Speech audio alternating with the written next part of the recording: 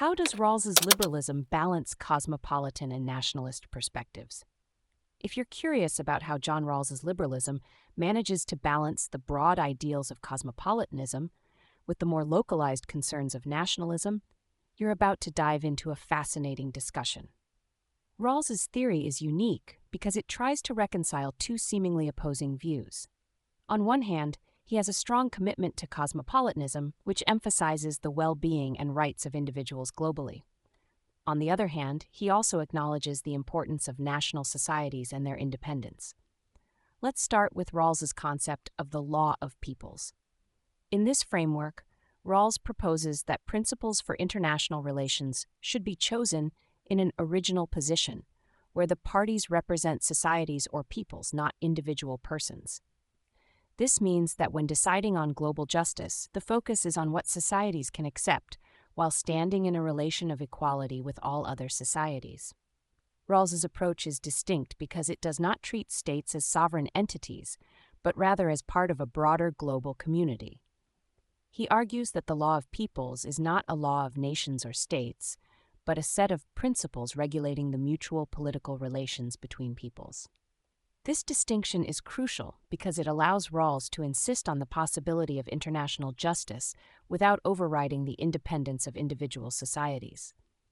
One of the key aspects of Rawls's theory is his concept of peoples rather than states. According to Rawls, peoples are groups with their own states, united by common sympathies and having a moral nature.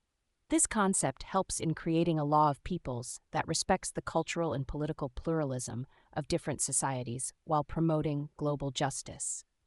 Rawls also emphasizes the idea of a realistic utopia, which means that any political theory must be both just in theory and feasible in practice. This approach ensures that his cosmopolitan ideals are grounded in the real-world challenges and obstacles faced by different societies. He believes that great evils abroad must be addressed to achieve justice at home, highlighting the interconnectedness of global and domestic justice. Despite his cosmopolitan leanings, Rawls remains aware of the importance of national divisions and the need to overcome nationalism in its various forms.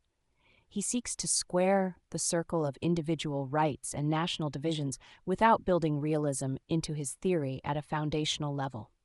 This balance is achieved by recognizing the moral inviolability of individuals while also considering the interests and justice of their respective societies. In summary, Rawls's liberalism balances cosmopolitan and nationalist perspectives by advocating for global justice through the law of peoples, respecting the independence of societies, and promoting a realistic utopia that is both theoretically just and practically feasible. This approach ensures that individual rights are protected while acknowledging the importance of national societies and their unique cultural and political contexts.